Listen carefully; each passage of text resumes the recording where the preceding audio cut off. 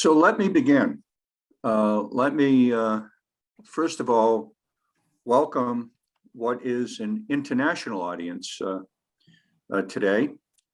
On behalf of the Council of State Governments, U.S. State Legislative Climate Alliance, I'm proud to be here representing a number of legislators from throughout the country, and certainly a number here in the Northeast that care very deeply about what is happening with climate. We are meeting at an appropriate time with COP26 going on, and we are focusing today on this briefing, which will focus on the implementation of state level decarbonization policies and strategies. My name is Marc Pacheco. I'm the state senator from southeastern Massachusetts, the dean of the Senate, and I'm very proud to be the chair of the U.S. State Legislative Climate Alliance. And here in the Commonwealth of Massachusetts, I'm proud to have as my co-chair of the caucus here, Representative Joe Machino, who you will hear from a little later on. And I'm very proud that we have the Secretary of Energy and Environmental Affairs with us today, who will give us an overview of her agency's revamping efforts to reduce emissions and in line with the updated Massachusetts Global Warming Solutions Act requirements via the Baker administration's long-term decarbonization roadmap plan. We have a number of attendees that are with us today from Connecticut, from Canada, from Delaware, New Jersey, New York, Rhode Island, Vermont, and certainly here in the Commonwealth. And we will have other attendees joining us as we meet today. And today's briefing is being recorded so that the Council of State Governments can also get this out to other interested parties that are working on these issues. As I introduce the secretary, for those of you outside of Massachusetts, we want you to know that I call her Climate Katie, and I know that she is known that way throughout the New England, and people that have met her know that she is very committed to trying to do all she can to move forward in meeting the challenge that faces us, a unique challenge in the world today, as evidenced by the conversations going on in Glasgow. Just so everyone is aware, we here in Massachusetts began this initiative to move forward and take on the challenge of global climate change way back in 2006, 2007, with the adoption of the Global Warming Solutions Act in 2008. Subsequent to that, we've had a number of other pieces of legislation which passed. The 2008 bill required the reduction of carbon emissions to be 25% below the 1990 levels by 2020. A date that has just passed, and we're looking at those numbers to see if we have made that requirement. Certainly 80% below by 2050. We've just updated the Global Warming Solutions Act earlier this year, so that now 50% below the 1990 requirements by 2030, 75% below by 2040, and net zero by 2050. That's our enacted requirements here in the Commonwealth of Massachusetts, and the Secretary has the challenging responsibility of leading the executive branch efforts in trying to make sure that it's an all-of-government approach across the board, all of the communities and agencies are working together to try to meet these requirements. In 2016, we passed legislation that provided authorization for offshore wind, which will help us significantly. And we have yet again updated that legislation as part of the 2021 legislation. So it is now my pleasure to turn it over to Secretary Theoharides, who will, or as I like to say, Climate Katie, to give us an overview as to how we are doing in implementing the roadmap, giving us an overview of some of the challenges that are out there. And when she concludes her remarks, we'll open it up a little bit for some questions.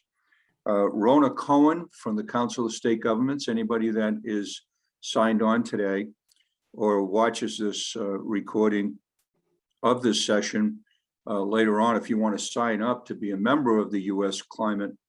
Legislative Climate Alliance, please let Rona Cohen know from the Council of State Governments or my office, and we'll make sure you receive information on future briefings and webinars that we will be having in the future. So without further ado, let me turn it over to the Secretary of Energy and Environmental Affairs here in the Commonwealth of Massachusetts, Madam Secretary. Well, thank you, Senator, and it is a true honor and a pleasure to be here with you and with Representative Machino, who are both such champions for climate change and environmental action across the Commonwealth.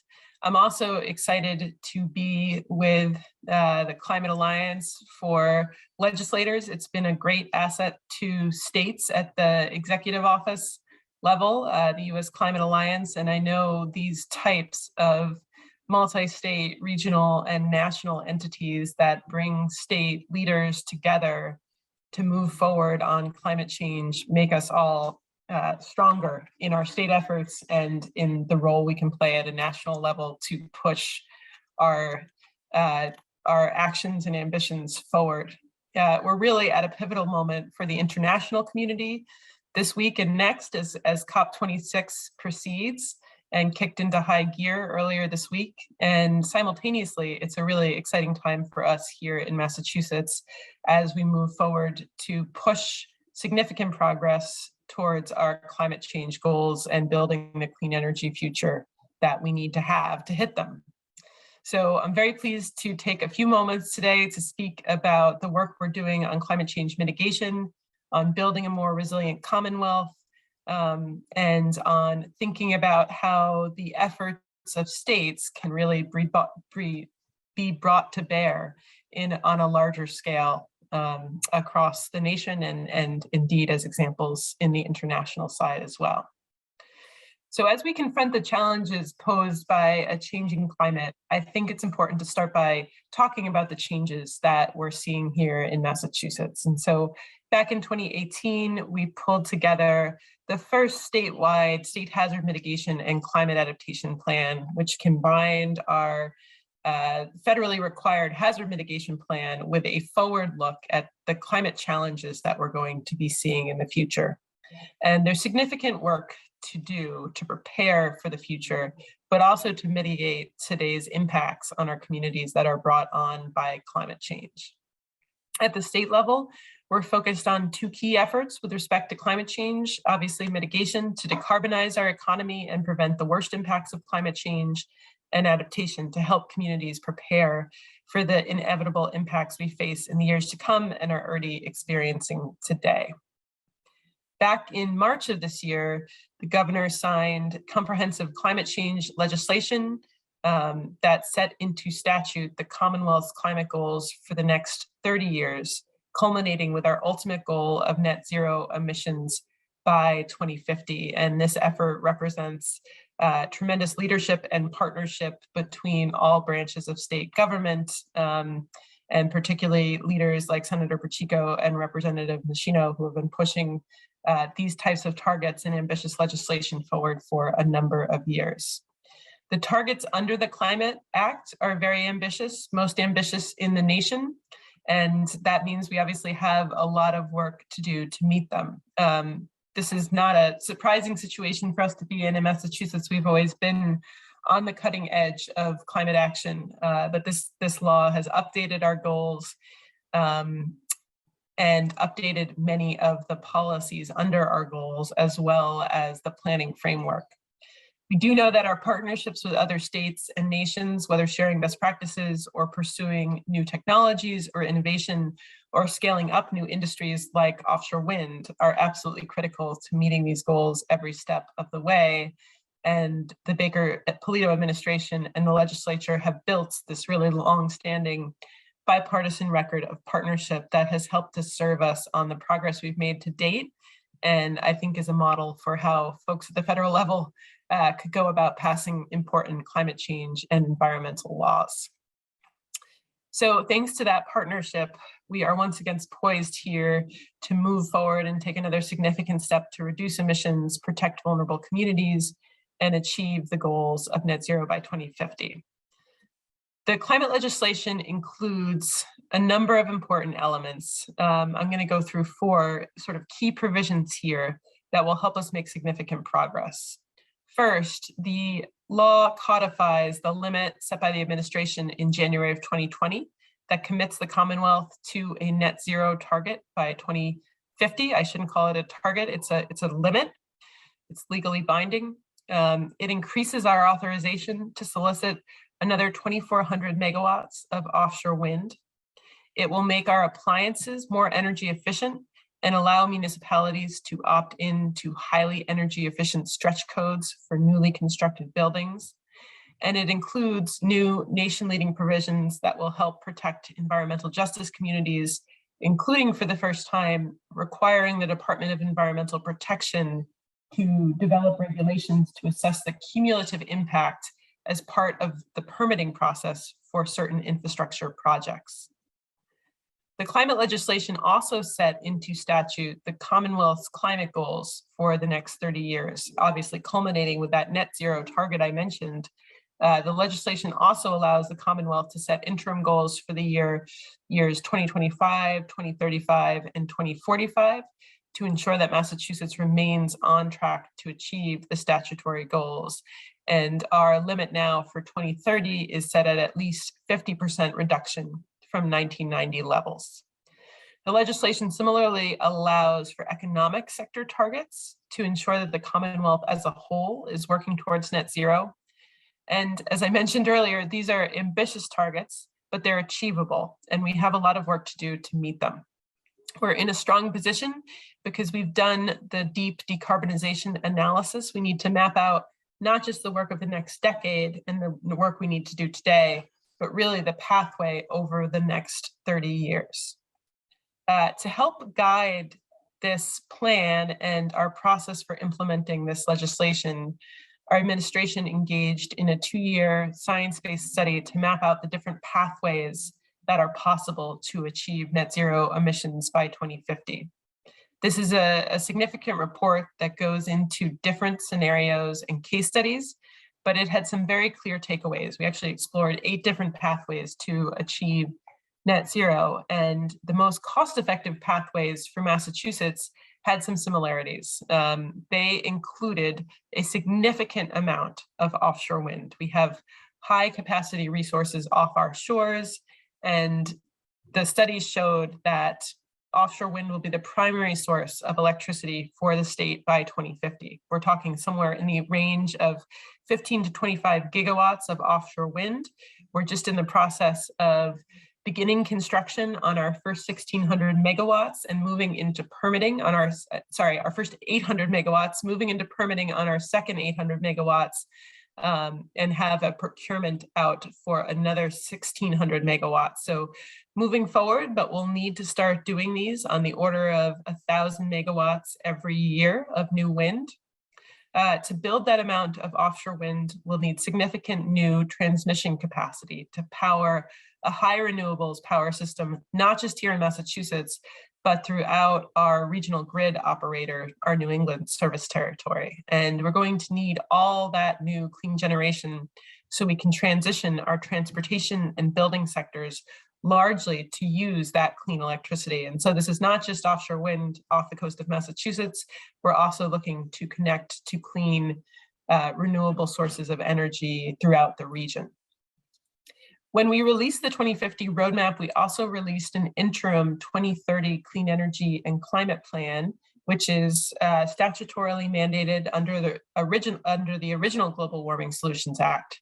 And that plan has been aligned with our long-term decarbonization goals. And really what we wanted to do with the 2050 analysis and the 2030 plan was take the long view and then pull it back to what we really have to do in the next 10 years to start shifting towards those long-term goals.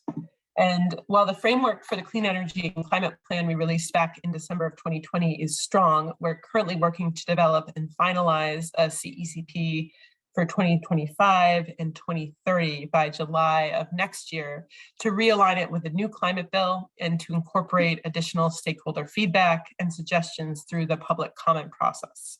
We're also re-examining the portfolio of policies that we put forward in the interim plan and analyzing the additional strategies, policies, and actions that can help the Commonwealth achieve at least 50% emission reductions by 2030 while protecting and enhancing carbon storage on our natural and working lands, which is a key piece of this net zero goal for the Commonwealth. We'll also examine the costs and benefits of those policies, their potential impact and benefits to environmental justice communities, and measure and track their implementation over time. And I think really critically, as we revise our plan, we have additional opportunities for engagement with legislators, stakeholders, and members of the public. And know that meeting our aggressive interim emission reduction targets and achieving net zero emissions by 2050 requires that as we're doing the work to update the plan, we're also moving forward to implement policy changes that are ready to go today.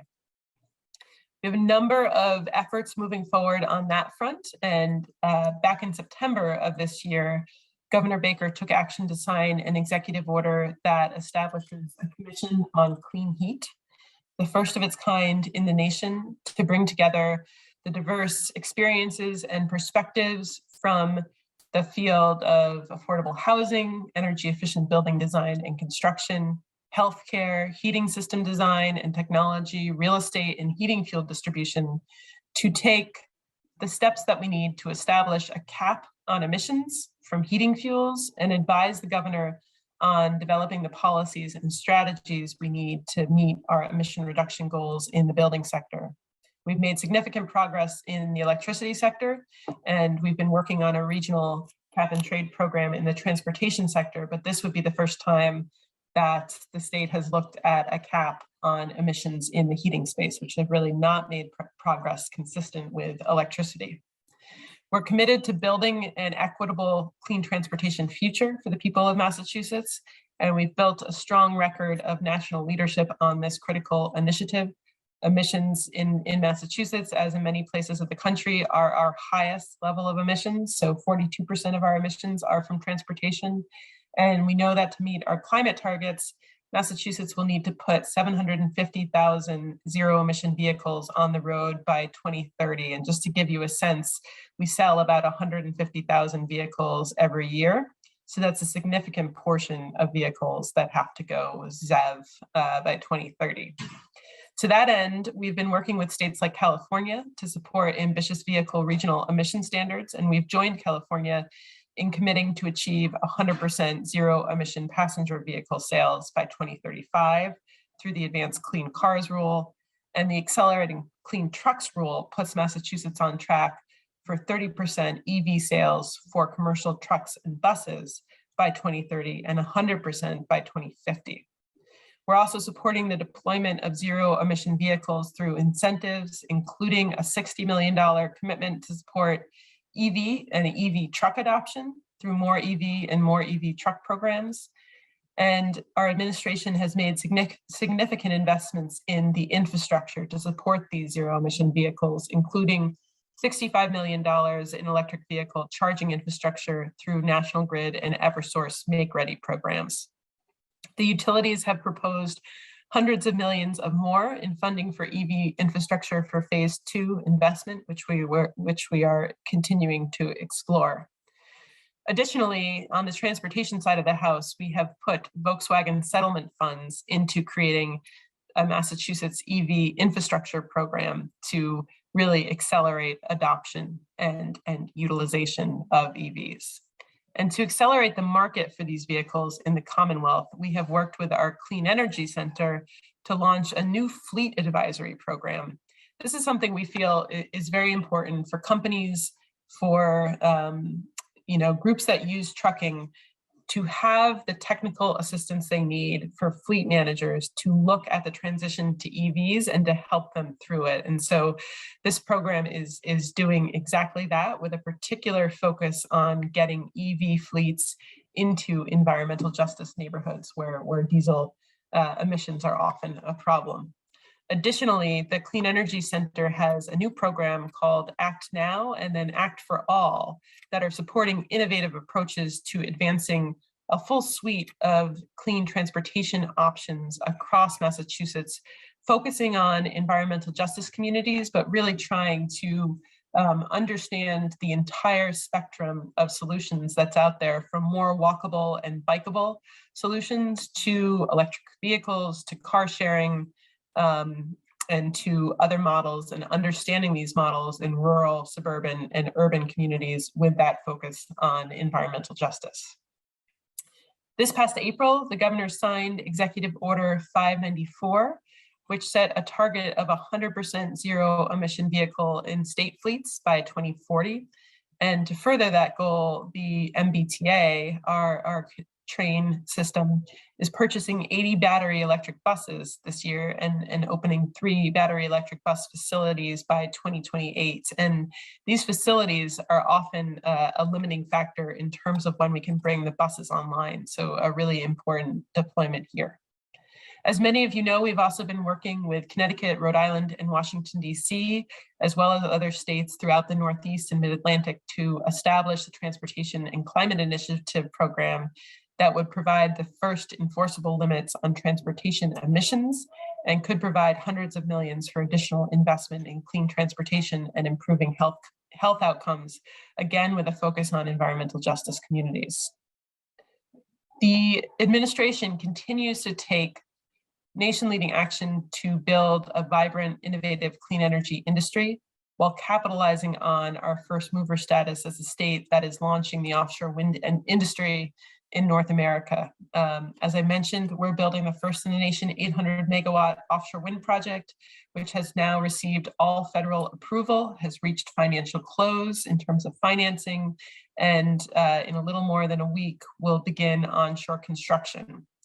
We also have the second 800 megawatt project moving forward under the draft of the environmental impact statement that BOEM is working on. And just recently, following on our third procurement of offshore wind, where we've gotten a number of exciting bids, earlier this month, Governor Baker filed legislation that would direct a game-changing investment to spur the next phase of clean energy innovation in Massachusetts. This legislation would establish a new clean energy innovation fund totaling $750 million that will support the advancement of next generation clean energy technologies, including research and development. It will help us develop, grow, and retain the leading clean energy innovators, institutions, and businesses that have emerged here in the Commonwealth, and provide funding to our colleges, universities, and vocational technical institutions to develop and train the next clean energy workforce right here in Massachusetts. We're also looking for it to provide assistance to regional employment boards and ensure that clean energy is a key strategy as part of the workforce development here in our state. I think it will put the Commonwealth in position to help secure significant future federal funding support and really move us forward in the direction we need to go. So as you can see, we have significant work ahead of us, a lot of work underway, and a lot more to do to decarbonize our economy and build resilient communities across the Commonwealth. But we're at a very important moment here in Massachusetts, and looking forward to having the opportunity myself to join other states and countries over in Glasgow next week for the second week of COP26.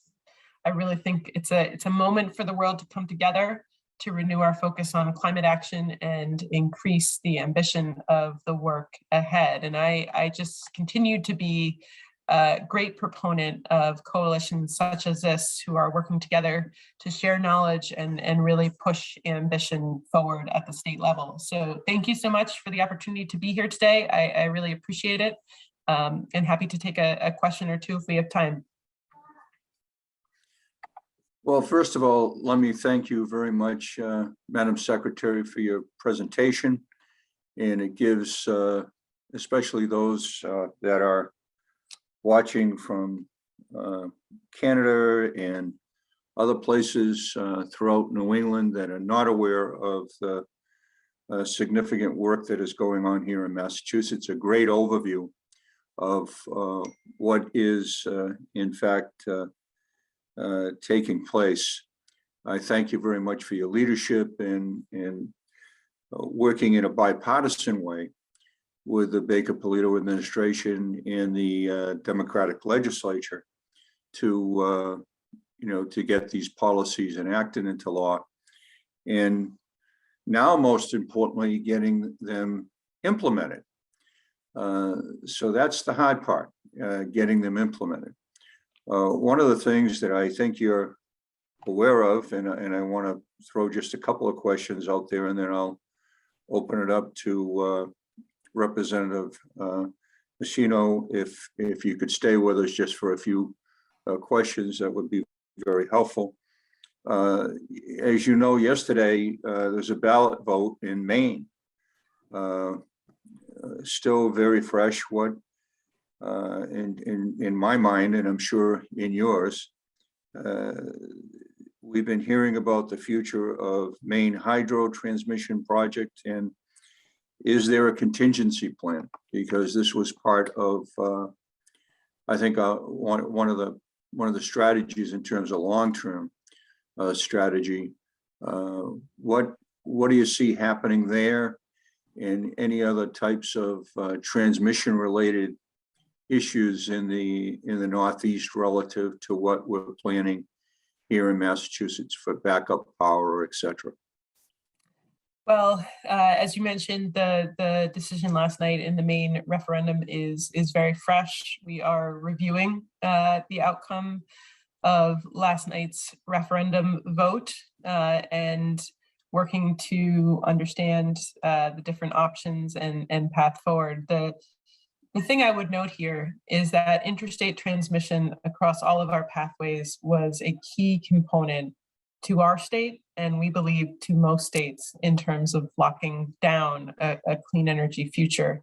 And we've seen time and time again, large scale transmission projects, whether they're for offshore wind, for hydropower, for connecting to onshore wind or solar, they can be very difficult to site and permit, and they're a key part of unlocking this clean energy future. And so going forward, we are really going to need to come together as a nation and as a region and as states to understand how we can ensure that we're able to connect to clean power generation and bring it into our state's grid. So it's absolutely a challenge we'll continue working on. And as I mentioned, we'll be reviewing the decision over the next several days and understanding what the options are. Well, thank you. I know that the transmission grid is going to be so important for everything that we're doing, and to work with our neighboring states will be critical for us to, achieve these requirements that we have, but also other states in the Northeast have as well. You referenced the transportation policy and what we're trying to do with EVs, and it's quite significant. One of the things I think you remember that I've asked a couple of times now for us to really be focusing on a lot more, and hopefully in this forum where we're talking about CSG, and we're really talking in terms of the whole Northeast. One of the things that I'd love to have you consider is the opportunity for states, counties, and local governments to be able to lead by example with their own fleet purchases. And if there was an opportunity for us to consider a regional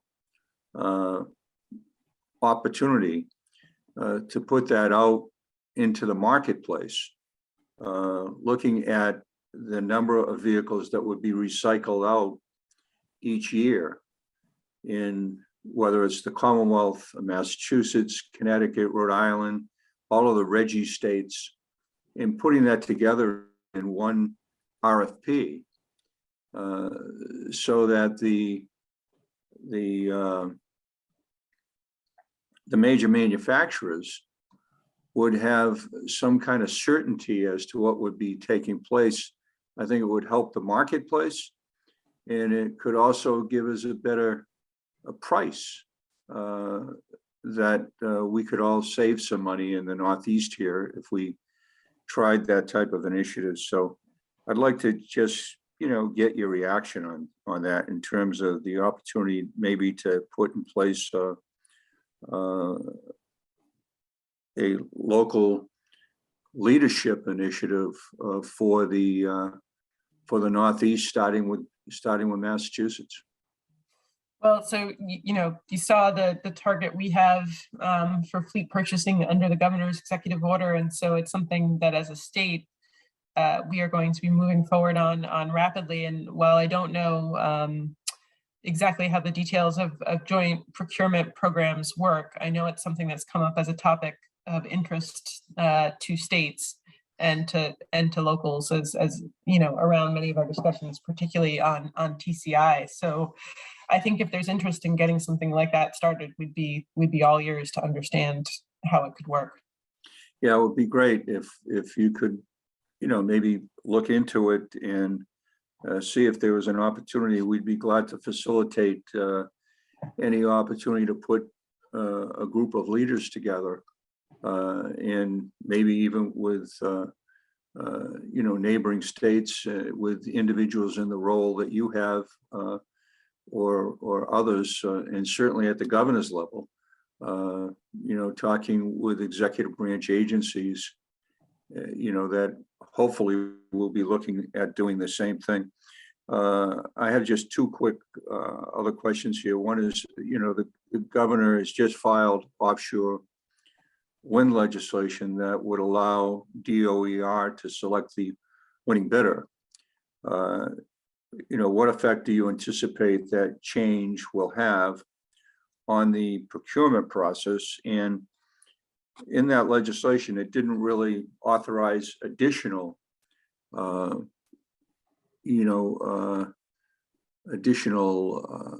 megawatts, I don't believe. And so just a reaction on that.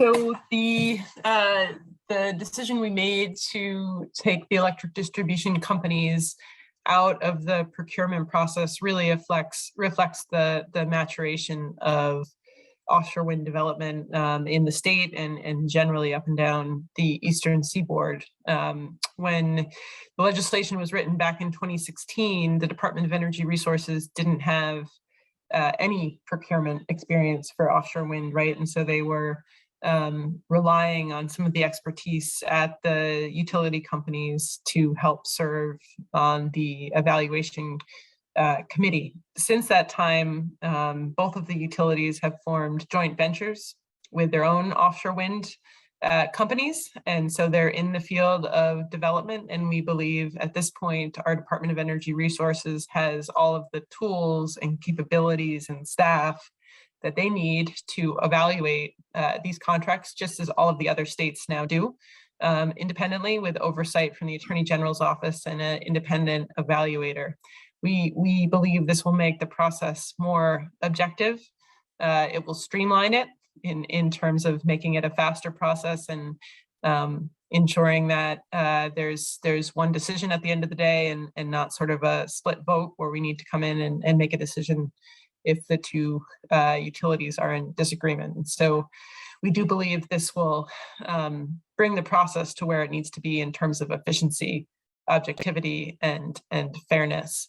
At this point, we received additional authorization in the climate law and believe we're where we need to be in terms of offshore wind procurement authorization, although we certainly expect to need more going forward. I think we want to have discussions around the best way to do these procurements in the future, and if procurements themselves should be technology neutral.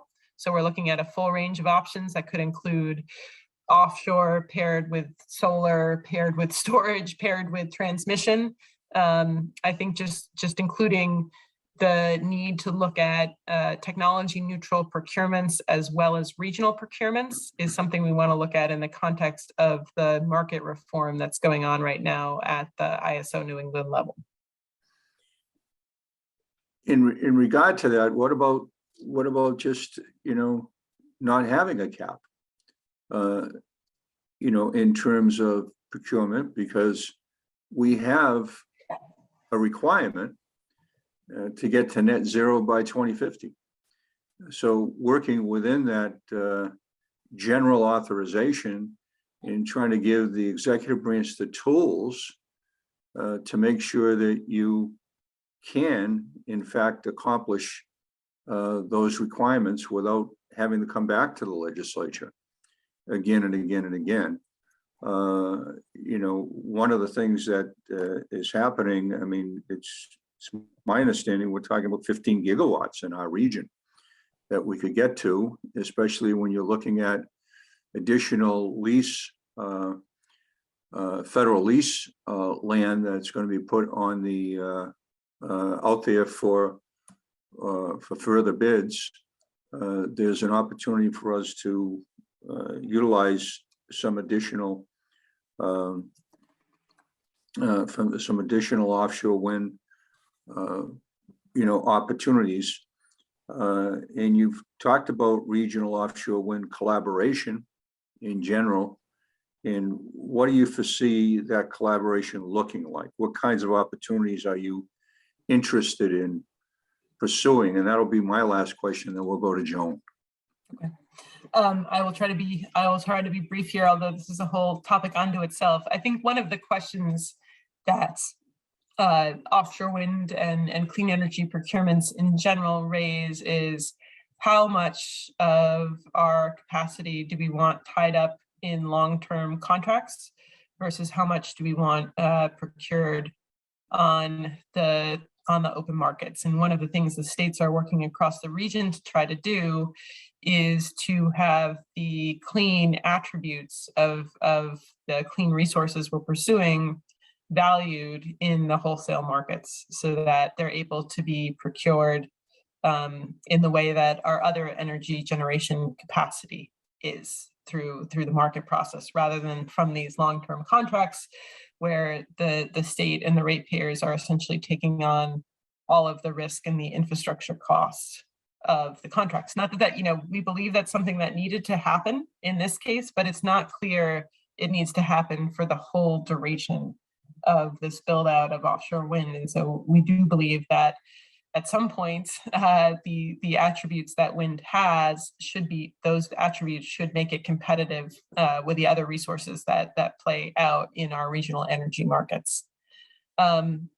On the regional collaboration side, that's certainly a place where we're working with other states to try to push our grid operator to reform our wholesale markets so that clean energy is a part of those markets, but specifically on things like offshore wind.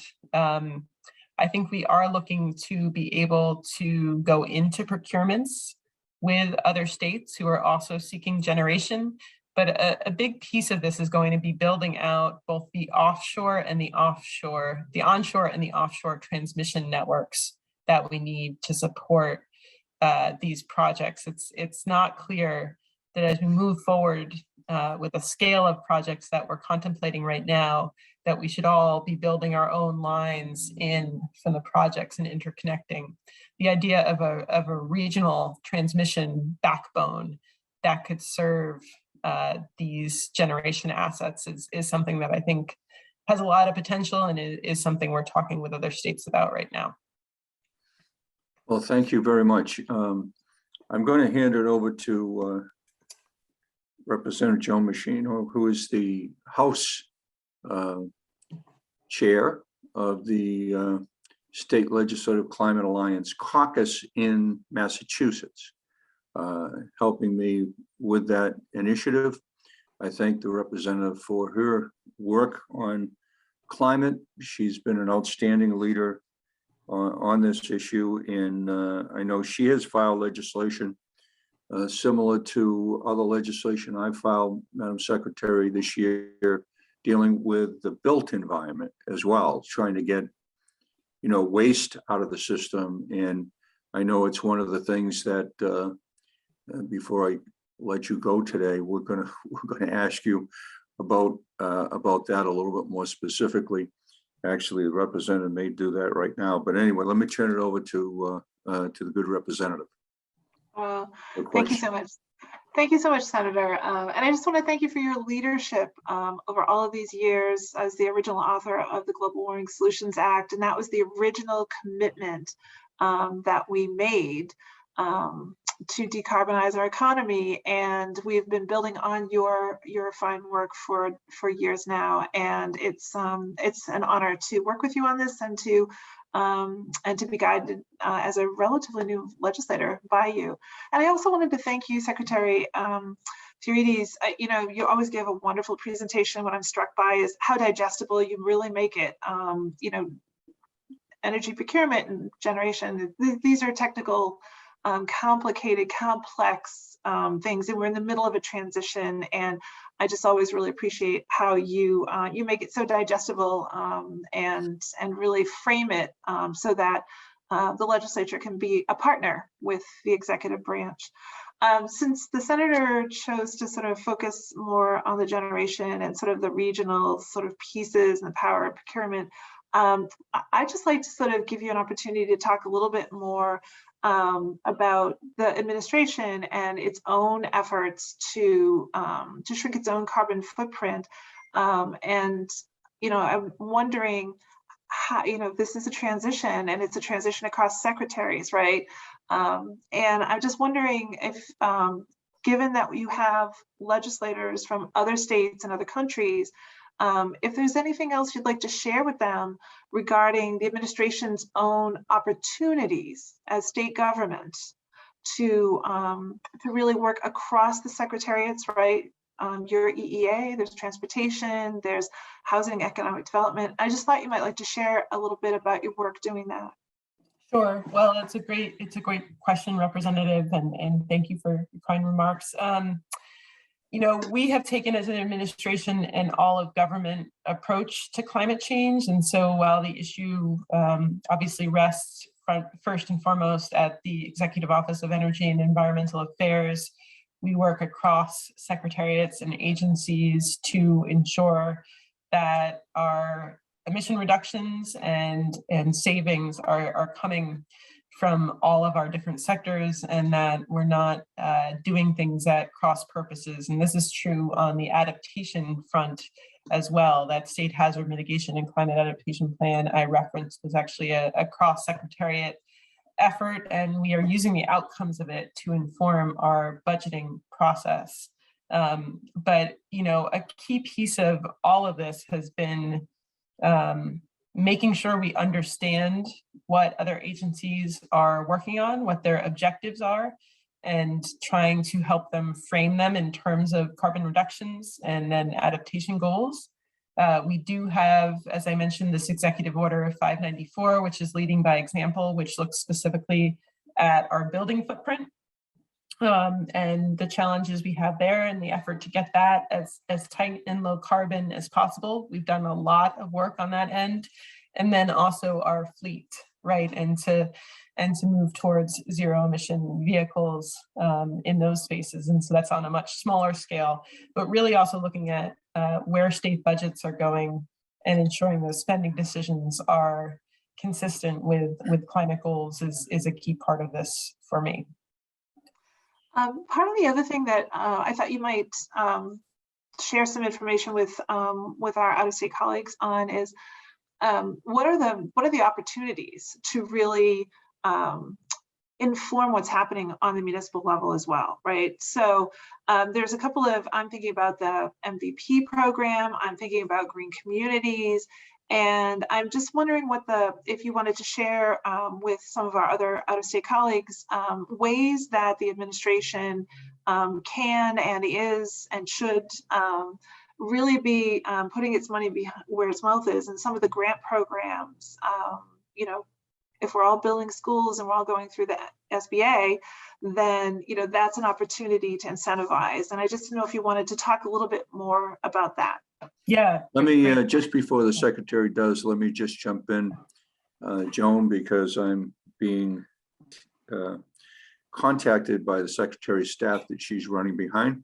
But let me just say that as you answer that question, Madam Secretary, or take the opportunity that the good representative gave you to articulate your viewpoint on that, you might also want to talk a little bit about, you know, just in the context of ARPA funding and what the administration has put forth, because you know, as a member of the Senate, and I know Joan is a member of the House, even though the legislature has put its stamp on what we want to do with ARPA funding, I know from my perspective, I would love to see much more being done relative to climate. This is one-time money that's coming out, and making sure it's invested correctly for the most critical issue of our time would be something I would like to see done. But anyway, let me turn it over to you, and I know you've got to run, so. Okay, I'll graciously bow out at the end of my answer, but thank you both so much for the opportunity. Representative, to your point, we have a strong partnership with local communities all across the Commonwealth and in every different part of our state to move forward ambitious climate action. And in fact, much of this is driven by local solutions and local leadership itself. And that's really the way we look at it, as a partnership between states and municipalities to tackle this challenge, whether it's mitigation and our green communities. 296 of our 351 are green communities who have committed to certain energy efficiency, vehicle fleets, and building code standards, receive that designation, and then are entitled to grant opportunities and technical assistance from the states.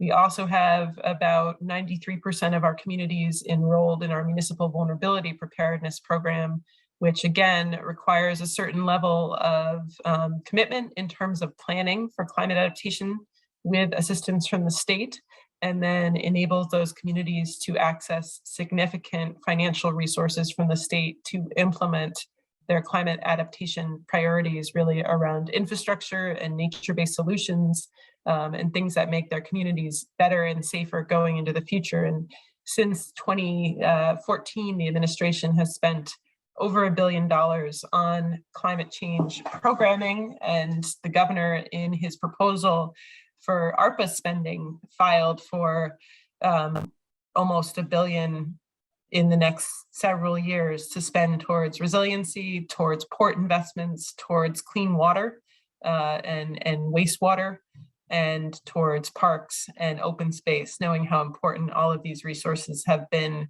throughout the pandemic. We don't believe we can wait to see what happens with the federal infrastructure bill, and moreover, much of that money is going to be spent competitively and is not guaranteed to come into state coffers. In fact, about 90% of it is going to be spent competitively. So we are very worried. We are missing out on an opportunity to invest significant resources on the environment and on climate change at this juncture. But I just wanted to, with that, I will go off to my next meeting that I'm late for, but just really appreciated the opportunity to be here and enjoyed the conversation with both of you. So thanks so much. Thank you very much, Madam Secretary. Thank you for being with us. We'll let you move on to your next meeting, and we will follow up with you shortly on this. And we want to thank the Secretary for being with us and the work that she is doing in a bipartisan way with both the representative and I in leadership of the House and the Senate to put in place some significant legislation that is, quite respected throughout the entire country. Even though it is, as Joan and I would say, there's so much more we need to do. We feel as though we've done a lot here, but it's not nearly enough given the challenges that we face. Joan, any other comments from you that you might want to make? And then there are some members that are putting some questions in the chat. We can have a discussion on some of the things that come in the chat, and then we will conclude our briefing. Representative. The only thing I guess I would say to the participants today is, we put in place a state level framework that is committing to net zero, and we put in place interim goals, strong interim goals. To the Secretary's point, they're ambitious and they're meant to drive innovation. This is a climate bill, but this is also an economic bill, and we're decarbonizing our economy. And so I would just say to our colleagues, as you're listening, these efforts are part of a larger transition. They need to be thoughtfully done, and that's the work that we're doing now. And now that we have those climate goals in place, now we have to jump to the work of it. So the Senator's already sort of remarked on some of the bills that we've both filed and the work that the Massachusetts Legislature will continue to be doing in conjunction with the Secretary and the administration. But I'm always happy to discuss this in as much detail, so as I know the Senator is too. So I'll just leave it at that, and just thank everybody for their interest in this. We can do this. We absolutely can do this, and so can you. Thank you very much, Representative, and thank you for your leadership. And I want to thank everybody that has joined us today. Again, we've had representation on the call today internationally, and I thank everyone for being involved. The Council of State Governments East will be putting the video of today's briefing up on their website. And so you may want to take a look at it. I think it's probably be a couple of days, but it'll be up on the Council of State Governments website. In dealing with this issue, there is one issue in the chat dealing with the Peabody Peaker plant, but that's a local issue here in Massachusetts, dealing with our most recent updated statute that we passed earlier this year in 2021, dealing with environmental justice communities. It's one of the things that was a key part of the legislation. And it's something that the representative in the chat had asked the secretary to pay attention to those environmental justice requirements and considerations, and as well as she should. So we hope that she will be looking at environmental justice issues, not only with the Peabody Peaker, but also environmental justice in general, all across the Commonwealth, making sure we are doing everything we can to deal with the equity and fairness of all of these policies that we put in place relative to environmental justice communities as well. That's why we included environmental justice communities in the legislation in the first place. So I am going to now, I don't see any other communications in the chat. And so this will conclude today's briefing on the work that has been going on here in the Commonwealth of Massachusetts, the partnerships that have been created throughout the Northeast, actually, with our Reggie states and communities and states that have been involved with the Transportation Climate Initiative, and the opportunities for new partnerships in the Northeast with transportation and in sharing best practices with opportunities to lower carbon emissions, to decarbonize in the built environment and in the transportation sector. That's how we're going to meet our requirements. So thank you all very much for tuning in and being with us today. This has been the Council of State Governments U.S. State Legislative Climate Alliance. Proud to be part of it. If you want to join us, please do. Please reach out to Rona Cohen at the Council of State Governments. You can get her online at the councilofstategovernments.org. And please express your interest in joining the U.S. State Legislative Climate Alliance here at the Council of State Governments. Thank you very much and have a wonderful day.